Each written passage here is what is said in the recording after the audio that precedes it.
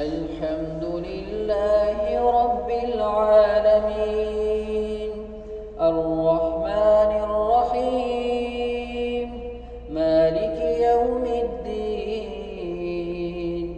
إياك نعبد وإياك نستعين اهدنا الصراط المستقيم صراط الذين أنعمت عليهم غير المغضوب عليهم ولا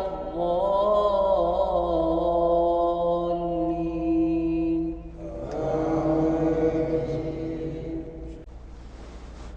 لا أقسم بيوم القيامة ولا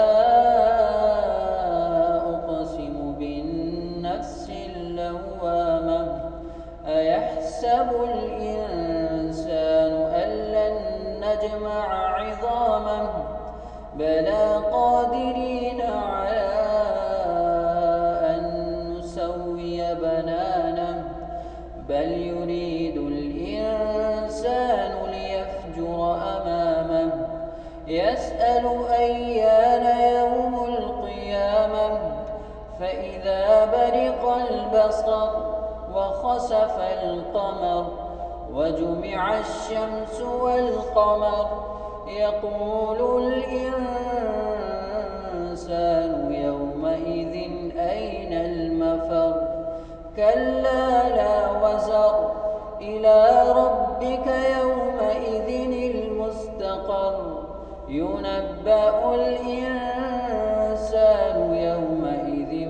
بما قدم وأخر بل الإنسان على نفسه بصيرة ولو ألقى معاذيره لا تحرك به